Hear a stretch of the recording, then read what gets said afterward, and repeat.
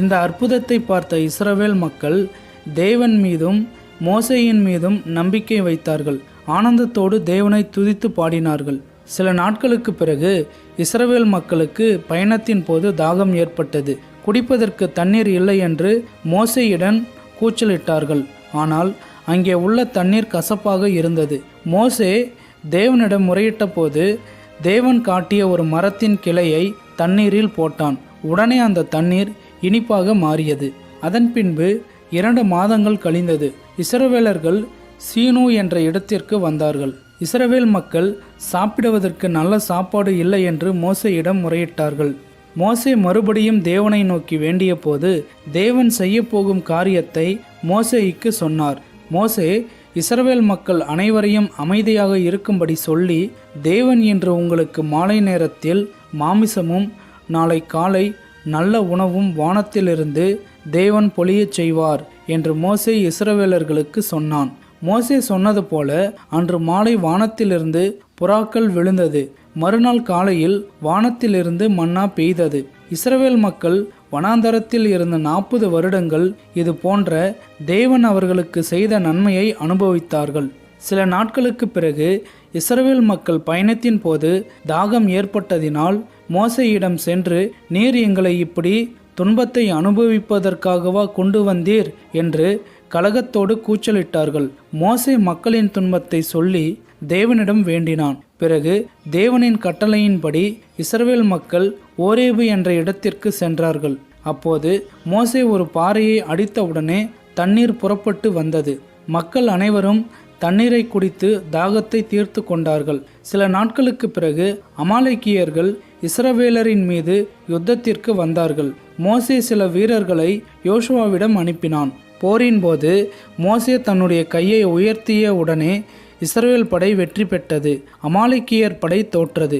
இஸ்ரவேல் மக்கள் அவர்கள் பெற்ற வெற்றியை ஆனந்தத்தோடு கொண்டாடி தேவனை துதித்து பாடினார்கள்.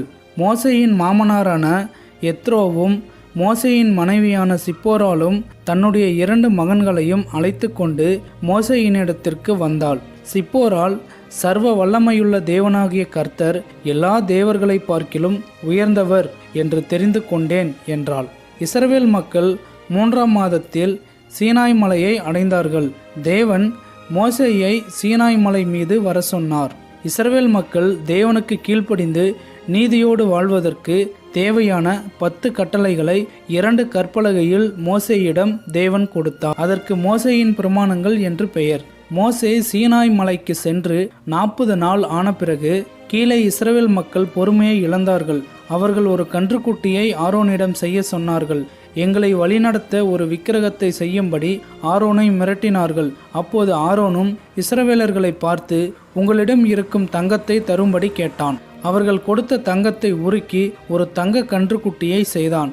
மக்கள் அந்த கன்றுக்குட்டியை அவர்களை அடிமைத்தனத்திலிருந்து காப்பாற்றிய தேவன் என்று சொல்லிக்கொண்டு அந்த சிலையின் முன்பாக ஆடி பாடி பலிகளை செலுத்தினார்கள். இந்த செய்தியை அறிந்த தேவன் மிகவும் கோபப்பட்டார். ஆனால் மோசே தேவனை நோக்கி தாழ்மையோடு இவ்விதமாக வேண்டினான். நீர் ஆசீர்வதித்து எகிப்தின் அடிமைத்தனத்திலிருந்து காப்பாற்றி கொண்டு வந்தவர்களை அழித்தால் புறஜாதி மக்கள் ஏளனமாக பேசுவார்கள் என்றான். மோசே மலையிலிருந்து இறங்கி வந்து தங்க கன்றுக்குட்டிக்கு முன்பாக நடனமாடி பாடிக்கொண்டிருந்தவர்களை பார்த்து மிகவும் கோபப்பட்டார். தன்னுடைய கையில் இருந்த கற்பலகையை தூக்கி எறிந்தார். பிறகு அந்த தங்க கன்றுக்குட்டியை உடைத்து நெருப்பினால் சாம்பலாக்கி தண்ணீரில் கரைத்து இஸ்ரவேலர்களுக்கு குடிக்க கொடுத்தான். அதன் பிறகு மோசே தேவனை நோக்கி, நான் உம்மை காண வேண்டும் என்று சொன்னான். அதற்கு தேவன், நீ என்னை காண முடியாது. நீ ஒரு கல் பொந்துக்குள் இரு. நான் உன்னை கடந்து போகும்போது நீ என்னுடைய மகிமையை பார்ப்பாய் என்று தேவன் சொன்னார். தேவன் சொன்ன விதமாக மோசே தேவனுடைய மகிமையை பார்த்தான். தேவன் மறுபடியும் எழுதி கொடுத்த கட்டளைகளையும் நிபந்தனைகளையும் மோசே இஸ்ரவேல் மக்களுக்கு போதித்தான். சில காலத்திற்கு பிறகு மோசேயின் சகோதரனான ஆரோன் மரித்தான். அவனை அடக்கம் பண்ணினார்கள். அதன்பின் சில காலத்திற்கு பிறகு உணவுக்காக இஸ்ரவேலர்கள் மறுபடியும் தேவனுக்கு விரோதமாக முறுமுறுத்தார்கள். அப்பொழுது தேவனுக்கு கோபம் வந்தது. விஷப்பாம்புகளை அனுப்பினார். பாம்பு கடித்தவர்கள் இறந்தார்கள். இந்த ஆபத்திலிருந்து காப்பாற்றும்படி மோசேயிடம் இஸ்ரவேலர்கள் கேட்டுக்கொண்டனர்.